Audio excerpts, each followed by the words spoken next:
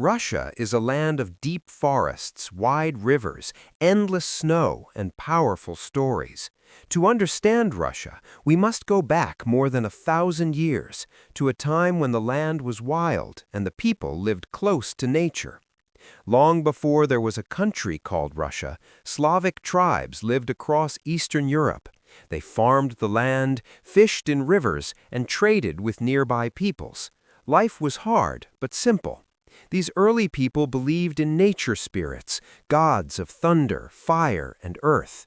They lived in wooden homes and traveled by river, because rivers were the roads of the ancient world. Slowly, trade brought change. Merchants from Scandinavia, known as the Vikings or Varangians, traveled south using the great rivers. They were strong sailors and smart traders, and over time they mixed with the Slavic people. From this mix, the first Russian state was born, known as Kievan Rus. Its center was the city of Kiev, which became rich and powerful through trade between Europe and Asia. Kievan Rus was not just strong in trade, it also made a decision that would shape Russian history forever. In the year 988, Prince Vladimir chose Christianity as the official religion. But this was not Western Christianity from Rome. It came from the Byzantine Empire, centered in Constantinople. This choice connected Russia to Eastern Orthodox Christianity, which shaped Russian culture, art, language, and identity. Churches were built with golden domes, icons were painted with deep emotion, and religion became part of daily life. For many Russians, faith was not just belief, but a way to survive hardship. This spiritual tradition would later help Russians endure centuries of struggle, invasion, and suffering. But peace did not last. In the 1200s, a powerful force arrived from the east, the Mongols. Led by the descendants of Genghis Khan, Mongol armies swept across Russia, destroying cities and villages. Kievan Rus collapsed. For nearly 250 years, Russian lands were ruled by Mongol leaders known as the Golden Horde. Russians had to pay heavy taxes and obey foreign rulers. This period was painful, but it also changed Russia. While Western Europe moved toward democracy and trade freedom, Russia learned strict control, obedience, and survival under harsh rule. Many historians believe this is where Russia's tradition of strong, centralized power began. Out of this dark period, one city slowly rose to power: Moscow. At first, Moscow was small and unimportant, but its leaders were clever. They cooperated with the Mongols when needed and slowly gained power over other Russian cities. Moscow's princes collected taxes for the Mongols, which made them rich and influential. Over time, they used this power to unite Russian lands. The most important moment came in 1480, when Ivan III refused to pay tribute to the Mongols. This act symbolized the end of Mongol control. Moscow became the heart of a new Russian state, and its rulers began to see themselves as heirs to the Byzantine Empire. Moscow was called the Third Rome, a center of true Christianity and power. Ivan IV, known to history as Ivan the Terrible, became Russia's first Tsar in the 1500s. The word Tsar comes from Caesar, meaning emperor. Ivan wanted absolute power. He expanded Russian territory through war and conquest, pushing eastward into Siberia. But his rule was also marked by fear and violence. He created a secret police force that punished anyone he suspected of betrayal. Cities were destroyed, nobles were executed, and paranoia ruled the land. Ivan's reign showed a pattern that would repeat in Russian history: great expansion mixed with great suffering. Russia was growing, but at a terrible human cost. After Ivan's death, Russia fell into chaos. This time is known as the Time of Troubles. There was famine, foreign invasion, and no clear ruler. At one point, Polish forces even occupied Moscow. But in 1613, a young noble named Mikhail Romanov was chosen as Tsar. This began the Romanov dynasty, which would rule Russia for more than 300 years. Under the Romanovs, Russia slowly stabilized. The country remained deeply divided between rich nobles and poor peasants. Most peasants were serfs, tied to the land and owned by landlords. They had little freedom and lived harsh lives, but they formed the backbone of Russian society. In the late 1600s and early 1700s, one ruler changed Russia more than almost anyone else: Peter the Great. Peter believed Russia was backward compared to Western Europe. He traveled secretly to countries like England and the Netherlands to learn about ships, science, and government. When he returned, he forced change. He built a modern army and navy, introduced Western clothing styles, and reduced the power of the church. He even ordered nobles to shave their beards to look more European. Peter founded a new capital city, St. Petersburg, built on swamps near the Baltic Sea. It became a window to the West, symbolizing Russia's desire to be seen as a European power. But Peter's reforms were brutal. Thousands of workers died building the city, and change was forced, not chosen. Russia continued to expand, becoming one of the largest empires in the world. In the 1700s, Catherine the Great ruled as empress. She admired Enlightenment ideas like education and progress, but in reality, she strengthened the power of nobles and kept peasants in bondage.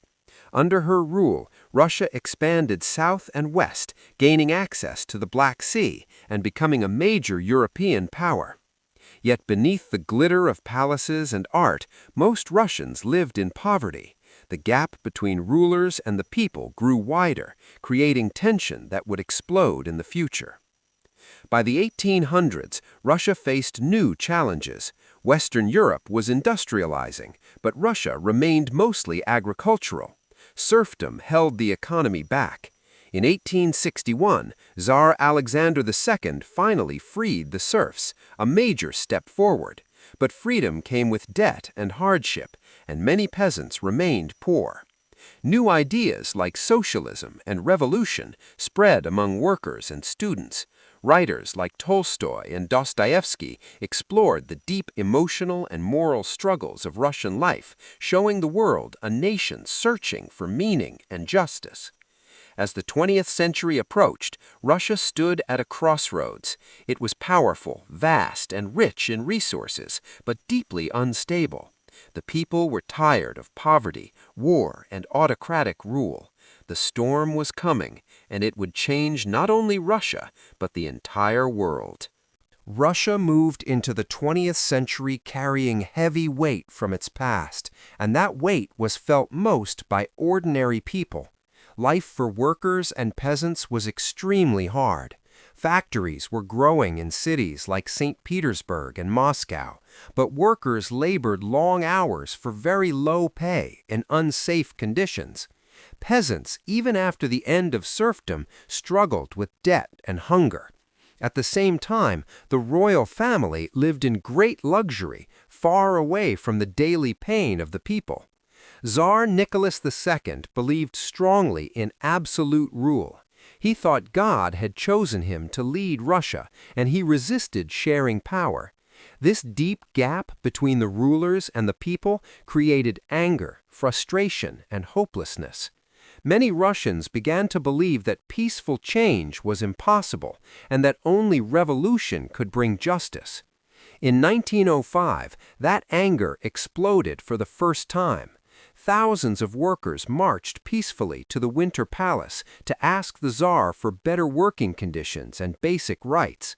They carried religious icons and believed the Tsar would listen to them.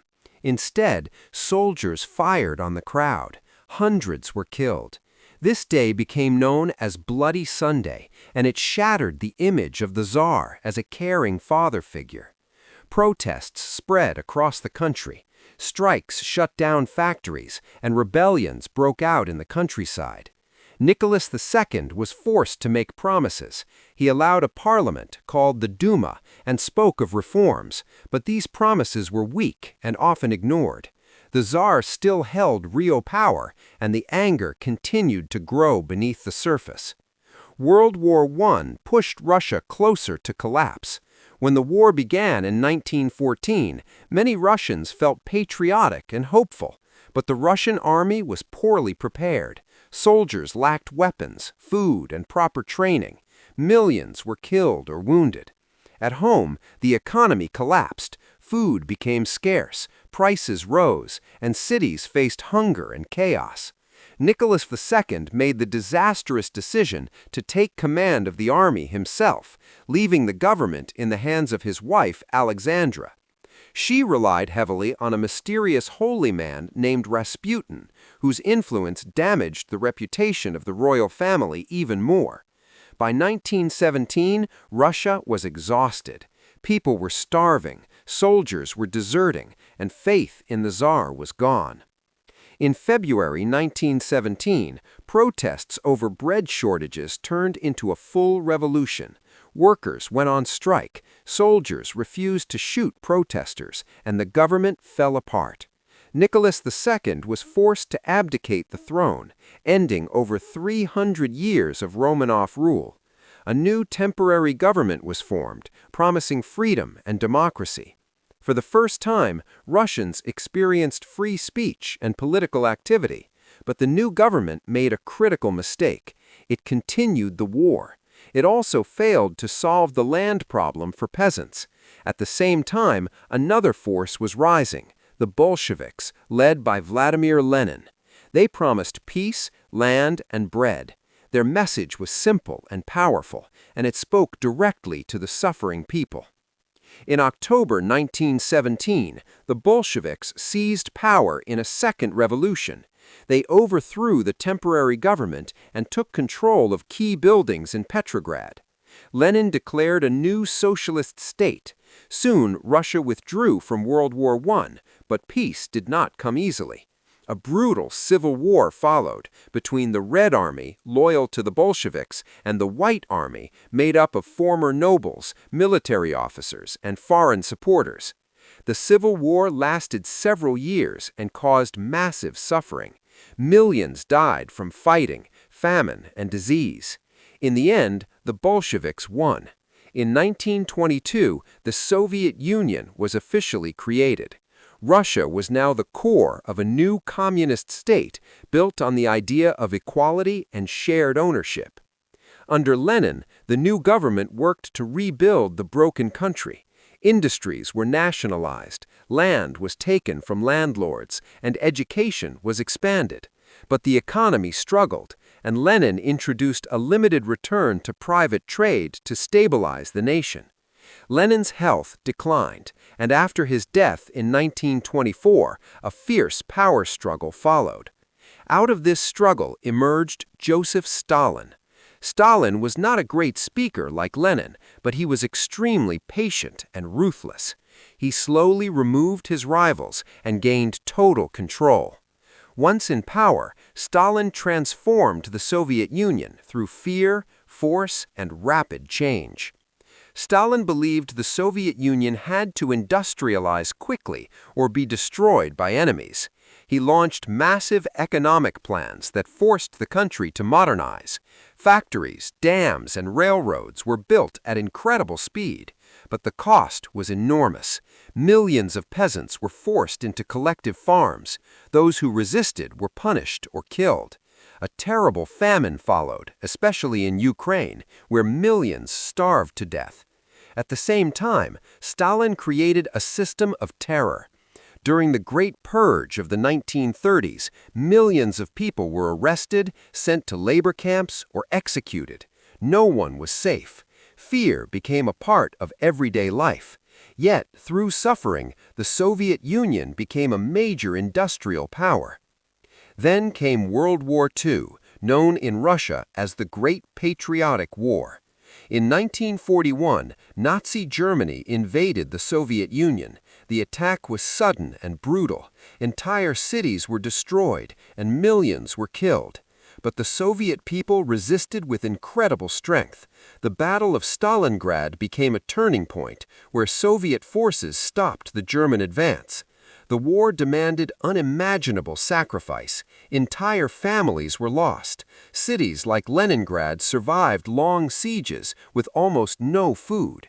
By 1945, the Soviet Union emerged victorious, but deeply wounded.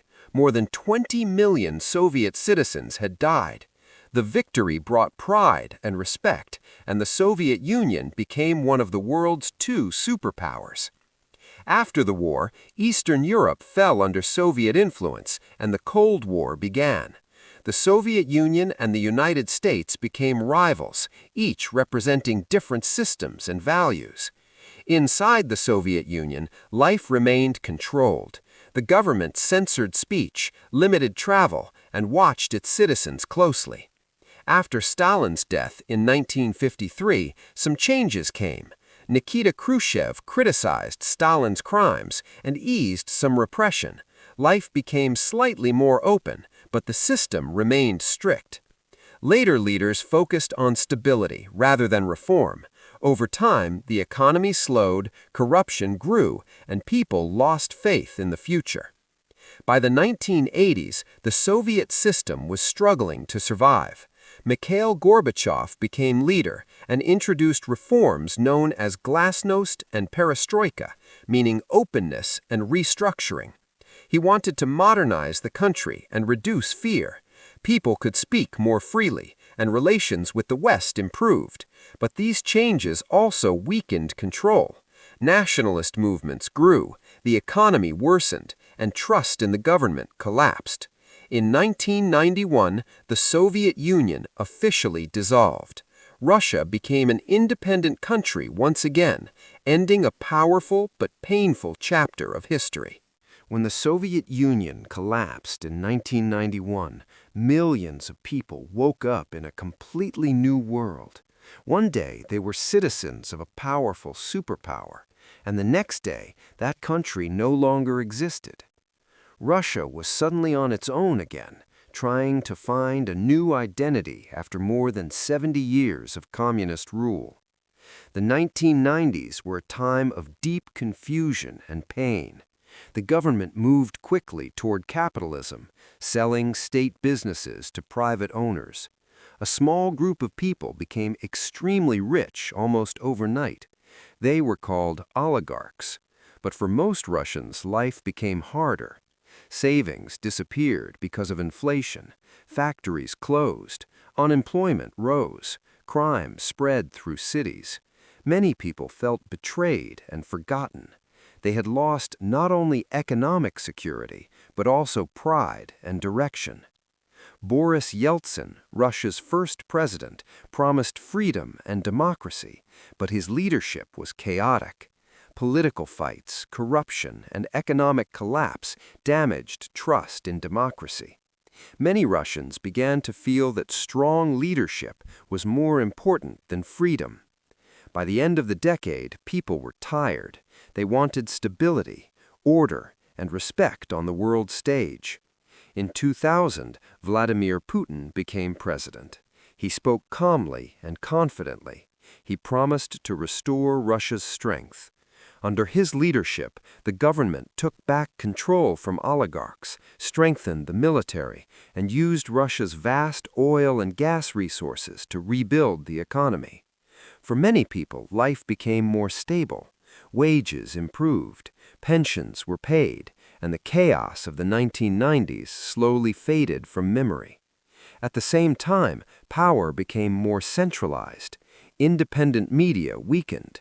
Opposition voices were limited, and political control tightened. Putin's supporters believed this was necessary to keep Russia united and strong. Critics argued that democracy was fading. Russia once again followed an old historical pattern: stability in exchange for freedom. On the global stage, Russia worked to reclaim its influence. It presented itself as a defender of traditional values and national pride. Events like the expansion of NATO and conflicts in nearby regions increased tension between Russia and the West, especially the United States. These tensions reminded the world that Russia still saw itself as a great power that demanded respect. Russian culture continued to play a powerful role in shaping identity. Literature, Music and art reflected deep emotions, struggle, and resilience. The Russian Orthodox Church regained influence, offering spiritual comfort and a connection to history. Many Russians looked back to their past not only with pain, but also with pride. They remembered victories, sacrifices, and survival against impossible odds. History in Russia was not just something written in books, it lived in family stories, monuments, and memories passed down through generations. As the 21st century moved forward, Russia faced new challenges. Technology changed how people lived and communicated. Young Russians connected to the world through the internet, while older generations remembered life behind closed borders. Economic growth slowed, and sanctions increased pressure from outside.